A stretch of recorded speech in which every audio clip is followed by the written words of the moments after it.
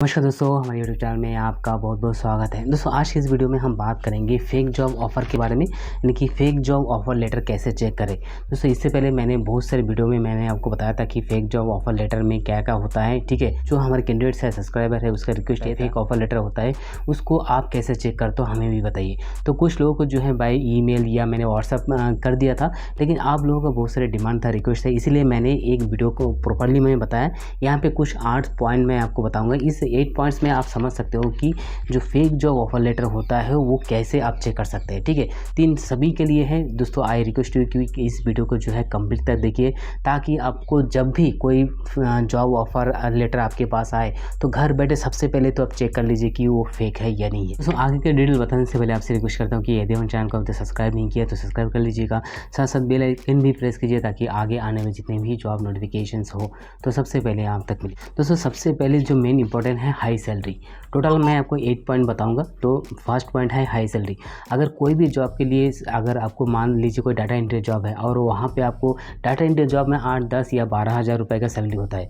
अगर कोई कंपनी आपको ऑफ़र कर रहा है 20,000, 25,000, 30,000 रुपये, तो आपको मान लेना चाहिए कि वो फेक जॉब ऑफर लेटर होता है, हो सकता है, ठीक है।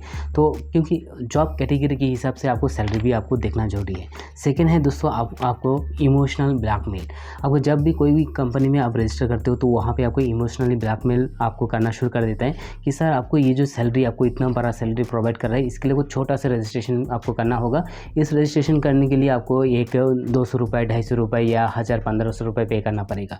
तो दोस्तों कोई जॉब के लिए पैसा नहीं होता है। अगर कोई भी रजिस्ट्रेशन फ़ी या आपको जो है सिक्योरिटी डिपॉजिट के फ़ी, इस प्रकार प्रोसेसिंग फ़ी, ठीक है, इस तरह का कोई फीस आपको ले रहे हैं तो आप समझ जाना कि वो भी फेक जॉब हो सकता है, ठीक है। थर्ड पॉइंट में है दोस्तों ऑफ़र लेटर। दोस्तों ऑफ़र लेटर में कुछ पॉइंट जो मिस्टेक यहाँ पे नहीं करता है, तो पॉइंट्स क्या है मैं आपको बताता हूँ। देखिए ऑफ़र लेटर में जब जो जेन्युइन ऑफ़र लेटर है वहाँ पे डिटेल में आपको मेंशन होता है, ठीक है। मैंने बहुत सारे जेन्युइन ऑफ़र लेटर भी बताया था और फेक ऑफ़र लेटर भी मैंने कंपेरिजन करके बताया था आपको। तो देखिए ऑफ़र लेटर जब भी आपको मिलेंगे तो वहाँ पर आपको कम से कम एक पेज का ऑफ़र लेटर नहीं होता है, 2-3 पेज का ऑफ़र लेटर होता है, क्योंकि एक पेज में आपको पूरा डिटेल नहीं आएगा। कुछ ऑफ़र लेटर ऐसे भी होता है दोस्तों, वहाँ पे 4-5 से पेज का भी रहता है, पूरा डिटेल में रहता है। जब आप पढ़ोगे तो आपको कंप्लीट इन्फॉर्मेशन रहता है। फेक ऑफर लेटर में आपको कंप्लीट इन्फॉर्मेशन नहीं मिलेंगे, वहाँ पे आपको स्पेलिंग मिस्टेक रहेगा, ठीक है, बहुत सारे मिस्टेक रहेगा। तो ये बात भी आप जो है ध्यान से देख लीजिएगा। फेक ऑफर लेटर है उसमें आपको सिर्फ सैलरी मेंशन रहेगा। मान लीजिए डाटा एंट्री जॉब के लिए आपको 25,000 रुपये सैलरी है, तो 25,000 रुपये रहेगा। उसी 25,000 के अंदर ESI, PF, DA वगैरह क्या है टोटल मेंशन कभी भी आपको दिखाई नहीं देगा, ठीक है। जो ऑफर लेटर रहेगा उसमें आपको ग्रामेटिकल आपको मिस्टेक रहेगा फेक ऑफर में, ठीक है। इनकम्प्लीट इन्फॉर्मेशन रहेगा। पर्सनल ईमेल आईडी से यदि आपको आता है तो वो भी आपको फेक ईमेल आईडी से भी फेक हो सकता है। अगर आपको जॉब ऑफर के लिए SMS आ रहा है तो उसके ऊपर बिल्कुल भी मत जाइए, ठीक है। फिफ्थ पॉइंट है दोस्तों आपको कॉन्टैक्ट डिटेल। जो ऑफर लेटर होता है उसमें आपको आखिर में जो है कॉन्टैक्ट डिटेल मेंशन रहता है। उसमें आप गौर कीजिएगा, जो कॉन्टैक्ट डिटेल है पर्सनल नहीं होना चाहिए, कंपनी का डिटेल होना चाहिए, ठीक है। तो ज़्यादातर फेक ऑफर लेटर में मेंशन रहता है, वहाँ पे खुद का मोबाइल नंबर मेंशन रहता है। उसके बाद पेमेंट करने के लिए UPI ID भी मेंशन रहता है, जो खुद का UPI ID है वो भी मेंशन रहता है, तो उसको भी ध्यान लीजिए। तो 6 पॉइंट में है दोस्तों आपको अगर जब भी कोई भी सेंड कर रहा है, ठीक है, मान लीजिए मैं आपको कोई कंपनी आपको सेंड कर रहा है ईमेल ID, तो जो बंदा सेंड कर रहा है क्या उसी मेल ID से आया है या किसी और का मेल ID से आया है, वो आप चेक कर लीजिएगा। देखिए यहाँ पे मैंने ये भी चेक करता हूँ कि आपको जो जॉब ऑफ़र मिलता है, लाइक आपने कभी भी रजिस्टर किए होंगे मॉनिस्टर में, क्विकर में या naukri.com में, ठीक है।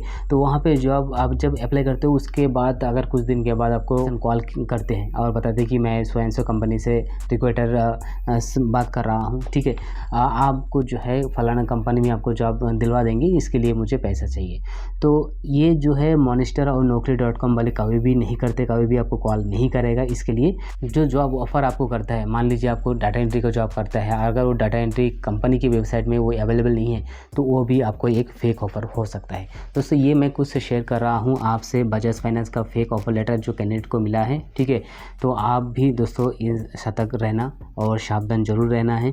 यदि आपको बजाज फाइनेंस में जॉब चाहिए दोस्तों तो आप इसको मेल भी कर सकते हो, या नहीं तो इसका वेबसाइट है आपको bajajfinserv.in/career, यहाँ पे जाके भी आपको बजाज फाइनेंस का आपको जो है करियर में जॉब अप्लाई कर सकते हो। तो फिलहाल दोस्तों वीडियो में इतना ही। अगर वीडियो पसंद है तो लाइक, शेयर और सब्सक्राइब कीजिएगा। धन्यवाद।